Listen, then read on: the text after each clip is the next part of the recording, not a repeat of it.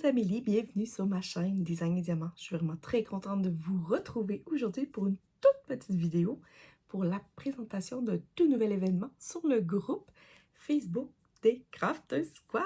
Oui, ça fait longtemps qu'on n'a pas rien fait et on avait le goût un peu de dynamiser le groupe. Alors on a pensé vous concocter un petit sale. À vrai dire, c'est pas mal le premier vrai sale du groupe des crafters. Mais avant de vous en parler, je vais vous laisser languir un peu. Alors, je vais vous parler un petit peu plus du groupe, qui sont les crafteuses. Et en plus, on le fait en collaboration avec nos VIP. Donc, chacune des personnes, des crafteuses et des VIP vont bien sûr participer, pour la plupart d'entre elles, à ce nouveau salle libre. On n'aime pas ça les contraintes, alors on n'en met pas.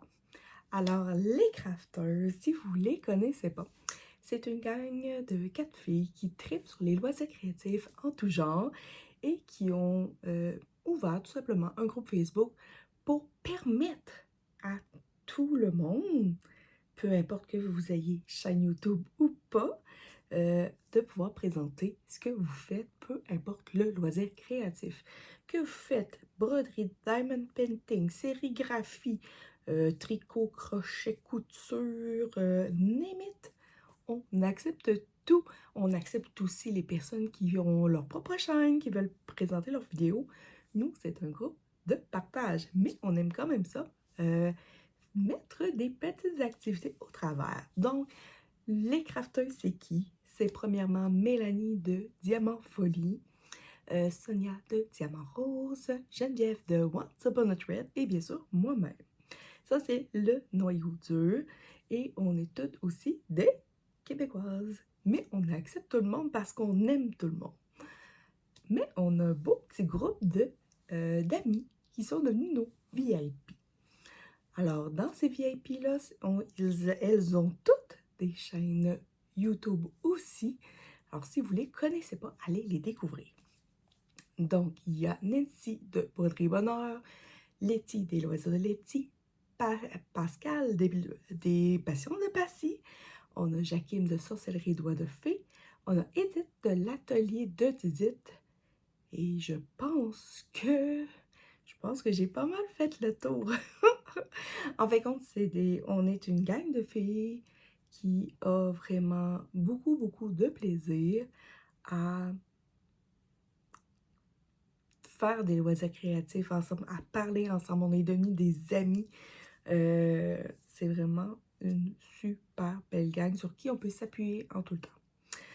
Et, mais ce groupe des crafters qui a à peu près 1 an et demi, presque 1 an et demi maintenant, on a quand même des événements qui sont des événements qui n'ont pas de durée. Donc, si vous ne les connaissez pas, ben, je vais vous les nommer. Ben oui, tant qu'à faire durer plaisir, allons-y. Il y en a quand même plusieurs que vous pouvez embarquer quand vous voulez. Si vous prenez une pause, c'est pas grave. Il n'y a aucun délai. C'est vraiment juste pour le plaisir. La première chose, c'est il y a un événement en Diamond Painting qui est le projet des mystères, qui consiste tout simplement à choisir une toile, la cacher avec des petits morceaux on appelle ça des release sheets, c'est des papiers blancs opaques, mais qui se décollent sur la colle. Alors, on met nos papiers, on essaie de les faire quand même assez petits pour pouvoir avoir plein de petites zones. On les numérote et ensuite, on met la photo de notre toile qui est cachée et on demande aux abonnés du groupe de voter pour les numéros à faire. Et c'est vraiment une super activité. Et je peux vous garantir que quand quelqu'un met une toile et qui demande « Pouvez-vous me choisir mes numéros? » Ça sort là! Le monde aime donner des numéros puis avoir l'impression de participer au projet. C'est vraiment super le fun. Ensuite, les autres projets sont plus en broderie. Alors, on a un projet des gorgeous, faire une gorgeous sur un point de croix estampé ou compté, comme on veut. On a un projet en fil soyeux aussi. On a un projet mise à l'honneur d'Amy Stewart, qui est une super artiste, qu'on retrouve beaucoup de ses œuvres sur le groupe HAED.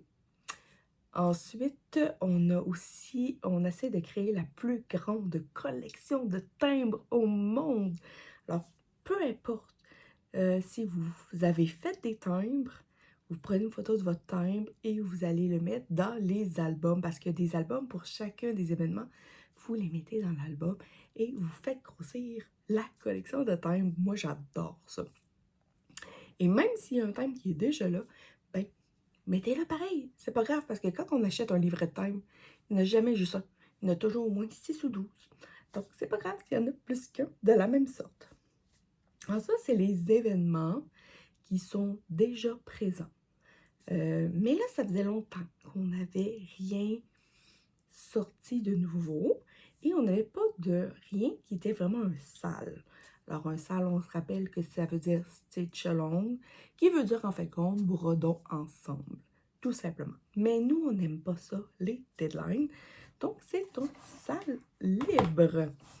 Alors, je ne sais pas si vous avez reconnu le modèle sur la petite vignette, mais si vous ne l'avez pas reconnu, je vous mets à l'écran, juste là, l'image que nous vous suggérons.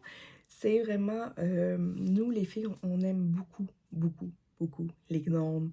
On aime beaucoup aussi les champignons, on aime un peu la nature, les fleurs, et on trouvait vraiment que ce modèle-là était vraiment super beau. Puis on est tombé aussi, il faut dire, en amour avec la boutique Etsy qui vend ce projet-là.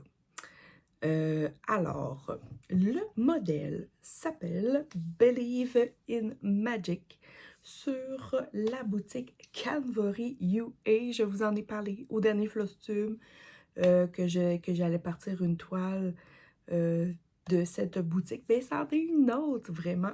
Et lui, il est vraiment fait sur le type sampler.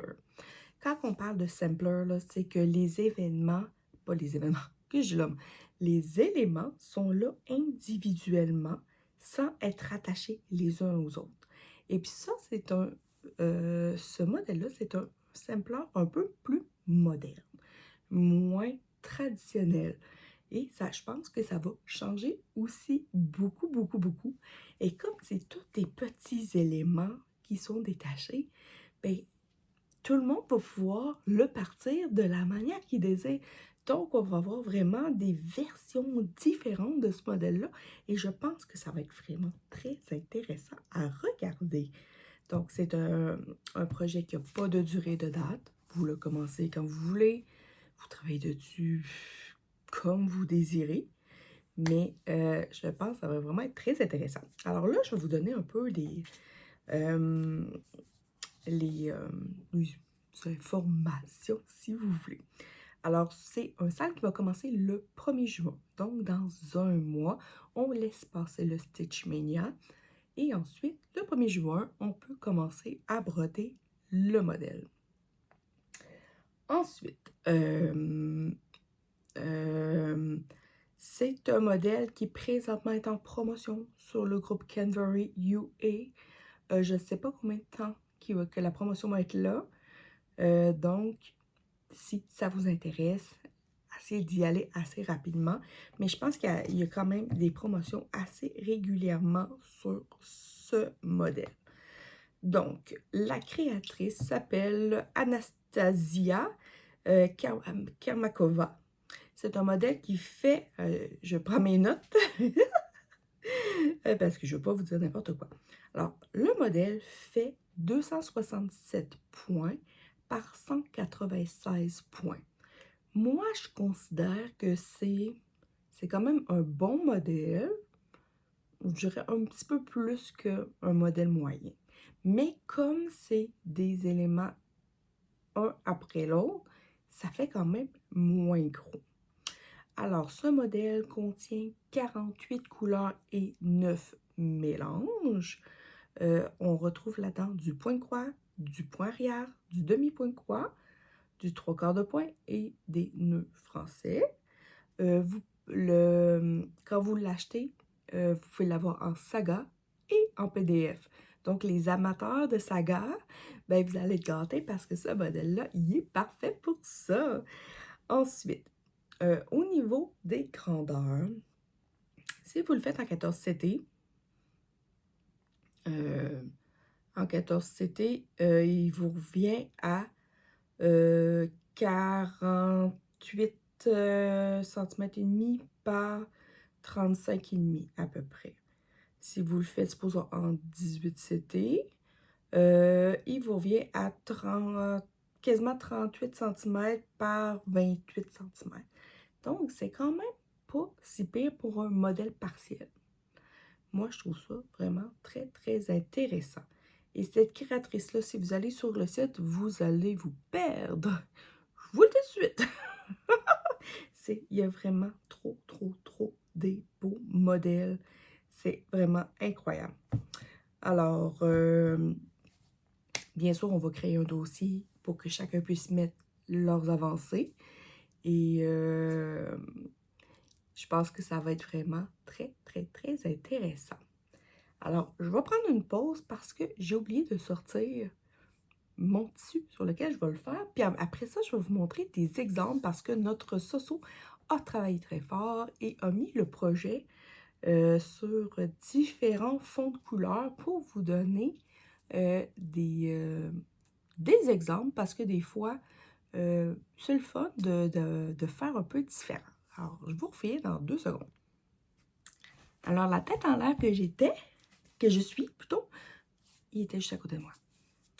Il est tard, vous voyez, c'est sombre en arrière.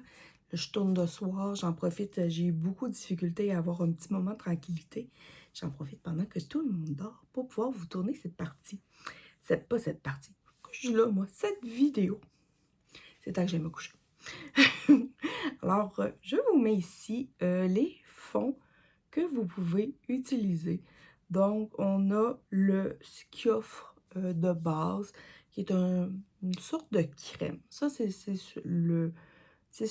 quand on l'achète, c'est le fond qu'on voit, ce qui fait vraiment bien ressortir quand même les modèles, moi, je trouve. Ensuite, le modèle suivant, on le voit sur un petit vert pâle, vraiment très, très pâle. Je trouve ça super beau. Ça fait comme un peu... ça fait très nature. Ça fait un peu comme gazonné, mais très, très, très léger. Ça doit sûrement être un petit vert menthe, quelque chose comme ça. Ensuite, on a la proposition aussi en bleu pâle que je trouve aussi très jolie. C'est vraiment très intéressant de voir le modèle sur un bleu pâle. Je trouve que les éléments aussi ressortent bien. Parce qu'il ne faut pas oublier aussi qu'il y a quand même beaucoup de vert, beaucoup de rouge. Il faut vraiment que la couleur du fond vienne pas tout aller gâcher un peu les belles couleurs du modèle. Ensuite, ça c'est un modèle, une couleur, c'est comme un petit vert tendre avec des petits pois ton sur ton. C'est super mignon. C'est sûr que c'est pas, il n'y a pas ça partout, ce tissu-là. Je crois qu'on le retrouve sur de mère en fille. Je l'ai vu là. Je ne sais pas si on peut le trouver ailleurs. Mais je trouve ça vraiment super mignon. Ensuite, ça, c'est vraiment une de mes propositions préférées, qui est la grise. Moi, j'adore le gris. Et je trouve que ça va vraiment donner du peps à toutes les couleurs sur ce fond-là. Je trouve ça vraiment super beau. Ensuite, on a un fond un peu lilas. Ça peut être très, très, très intéressant et tout à fait original de le faire là-dessus. Et finalement, on a aussi la version un peu plus mocha, un peu plus foncée que la première qui était crème, qui se passe partout. Vraiment, ce modèle-là, on peut le voir. Moi, la couleur mocha, personnellement, là, je trouve que ça va à peu près avec tout. Pour faire ce modèle, parce qu'il y a quand même des points de croix, des 3/4 de points de croix, du point arrière, il y a quand même beaucoup de choses. J'ai décidé de le faire sur une étamine.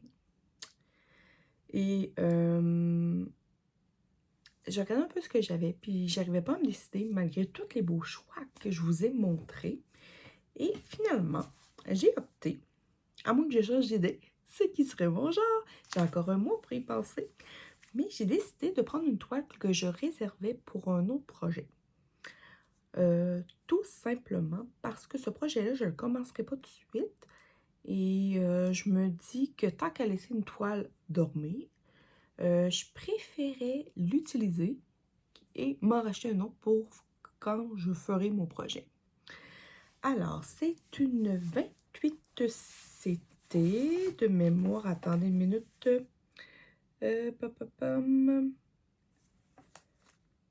Oui, une 28 CT.